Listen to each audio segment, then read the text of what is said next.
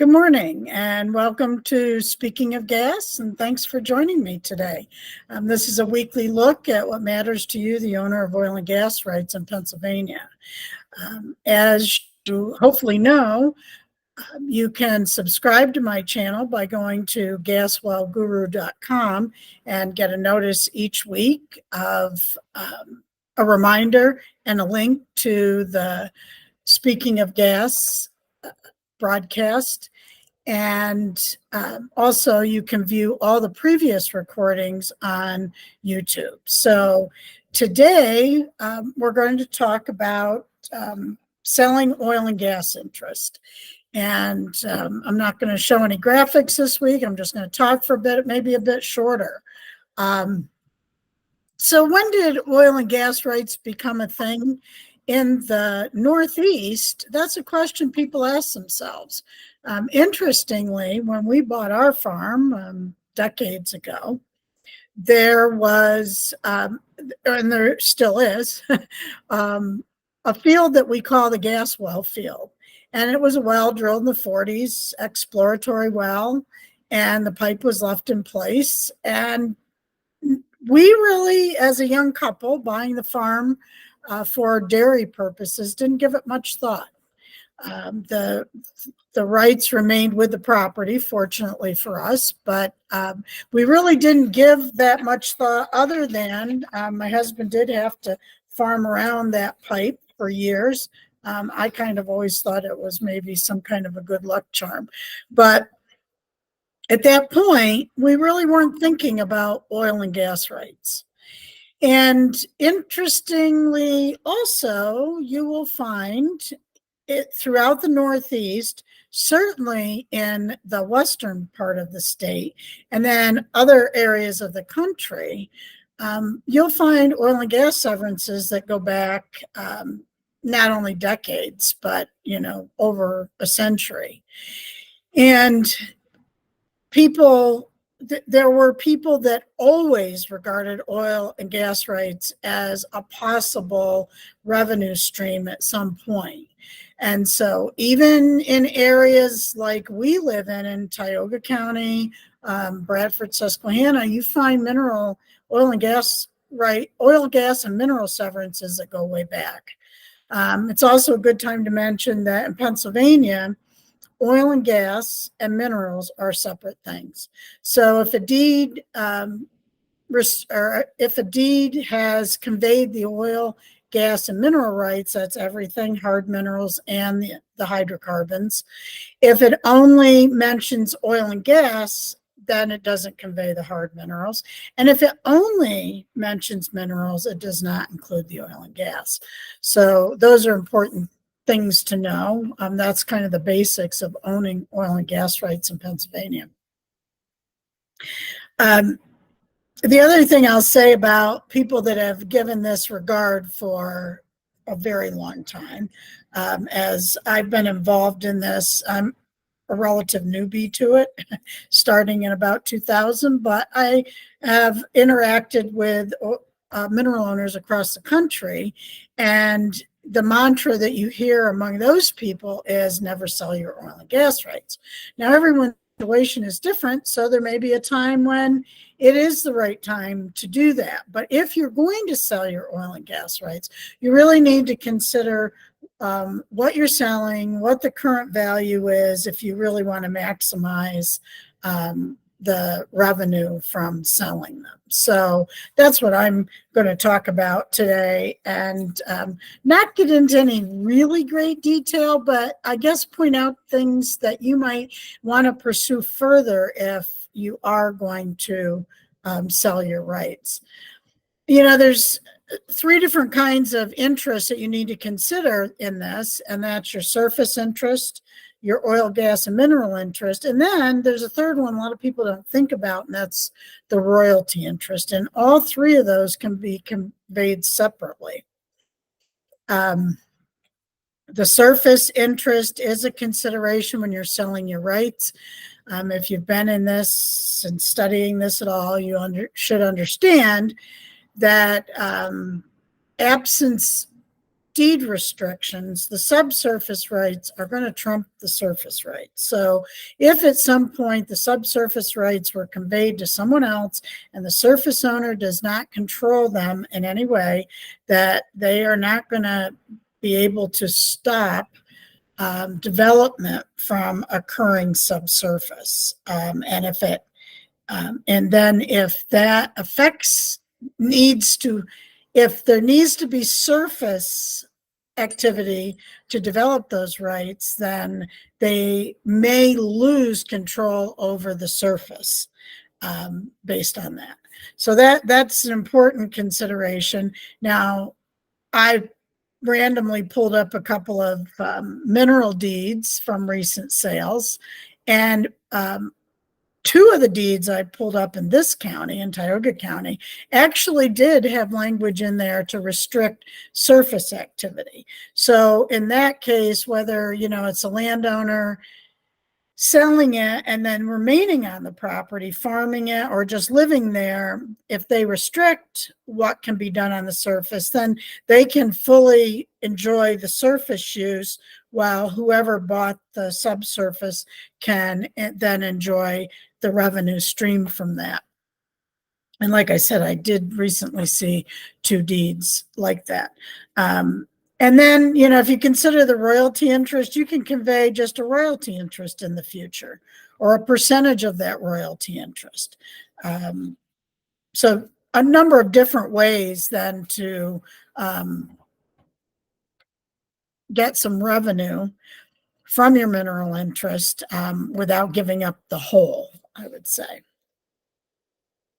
So there's purchase offers out there. And the reason I'm talking about this today, we just got one in the mail yesterday. It starts with, "Are you tired of waiting?"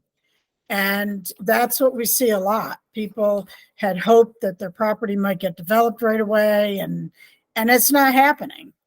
And it may be some time before it happens, might not happen at all. But then, you need to consider your use of the property from now through your life. Is the property going to be conveyed to children, grandchildren? Do you want to consider that? Or do you want to realize a revenue stream now for something that you're no longer going to, no one in your family is going to have a benefit from in the future? But you really do need to consider those things. They have a lot of compelling reasons in this why you might want to sell, because it might be forever before you realize a revenue stream from it. And they'll purchase it, they'll give you a competitive offer, so they say.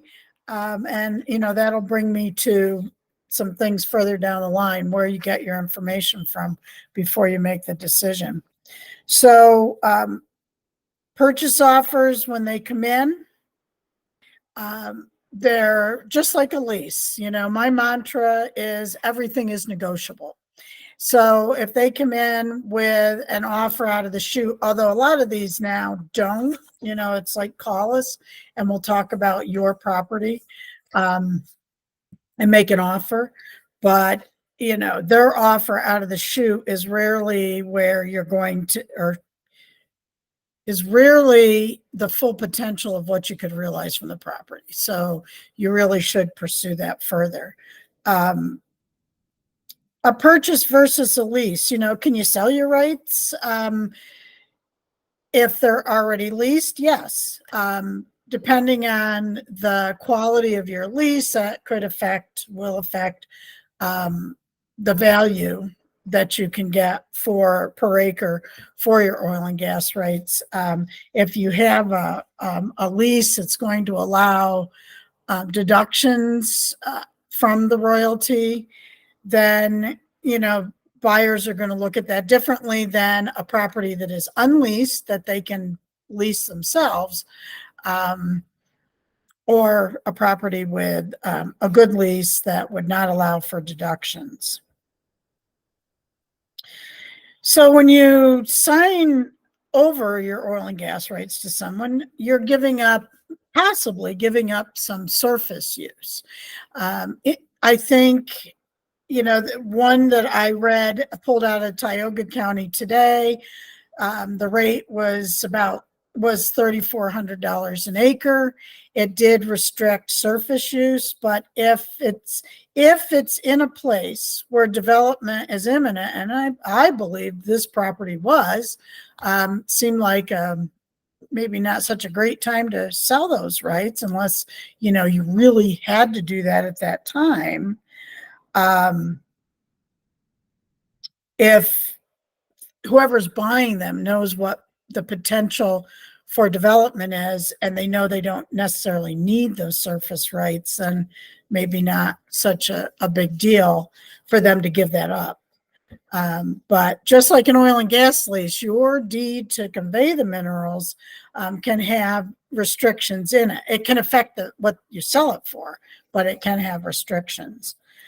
So when you get an offer, you want to compare those rates with what they're offering you, what you want to give up. Make sure, I have seen, I look them up in my own area unless I'm doing something for a client. I do that frequently to see where things are at.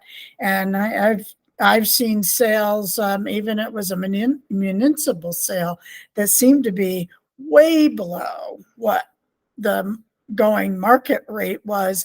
And obviously, to me, someone maybe didn't do their homework on what the going prices were. Who are the buyers? In the beginning, we would primarily see buyers from outside the area. You see a lot of Texas companies. You might have one name on the deed that's buying your properties, 123 Royalties LLC. But what they may be actually is a group of investors that have pulled money together. They send out these letters to everybody in an area that owns oil and gas rights of any size, and then they're going to buy until the money is gone, buy rights all over an area. And so they're really spreading around the money, the risk, and buying. And that also happened, when there was much more speculation and maybe buying some things at lower prices. But that's one way that they do it. You might be buying from what looks like one entity, but it's actually a group of investors. The further this went, we have gathered a large number of local people and businesses that are buying oil and gas rights. And so it really doesn't matter who you're selling them to, I guess, if you're interested in selling, whether it's somebody local or from out of state, out of country. But you just need to make sure that you get the most competitive deal when you do decide to sell them. And then I would also say that, you need to get some good advice, unless you are following this closely. You need to understand what the going rates are, and don't, I've seen people sell short by thousands of dollars by not doing that. I think that there's got to be a case for buyers in particular looking at people who own property or absentee landowners and have addresses in other parts of the country, because if they aren't aware of what's happening, and you still see that from time to time, actually probably quite a bit, where they really don't know what's going on. They're in an area where nothing's happening and they don't really think it's going to for them, then they may give up the property cheaper than if they did some research. In areas where there's a lot of development, if you just look, a perfect example is Tioga County, and that's the map that you see behind me every week. It's kind of dated now, but it does show unit development throughout the county, and certain areas of the county have been much slower to get development than others.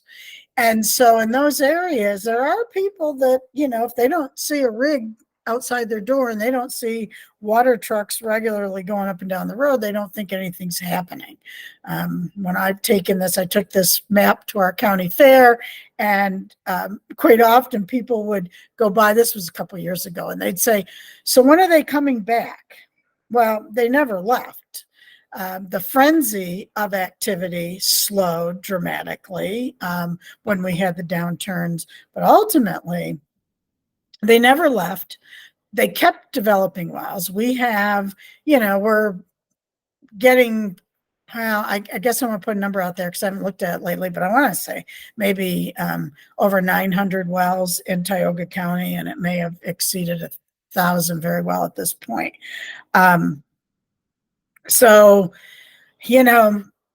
I would look at Tioga County and acreage there as in the near future. And as far as should you hang on to those oil and gas rights, unless you're really pressed and need to sell them, it seems like, and if there's a future for the rights, let's say in your family, that protecting them going forward would be something you should consider.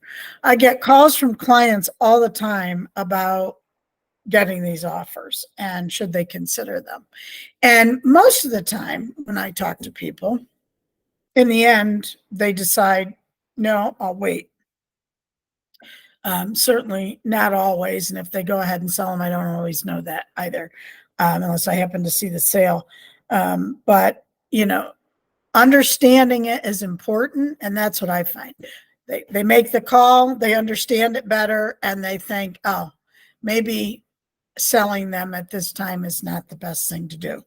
If you're going to sell them, you certainly want to know what your tax implications are. And this offer, they talk about that we can spread that payment out over a couple of years if you like, and that may be fine. But just check with your tax advisor prior to doing anything like that so that you understand exactly what the tax implications are for you. You really do not want to rely on the person or entity that wants to buy your rights for your information. It's just like, using the landman as a resource for leasing your acreage as an advisor is never recommended because they are not an impartial party. So today's going to be a little shorter than normal. I just thought this was an important topic to talk about. We're all getting these offers in the mail, and you just need to decide when it's right for you and gather some information to do that. I'd be happy to entertain any questions. There is on the lower right-hand corner of your screen some little, it's called an activity. Activities, it's got a square, triangle, and a circle, and you can type questions in there. And I would be happy to take any questions. And then as always, if you have a question later and want to send me a message, I'd be happy to. I do advise clients on this quite regularly.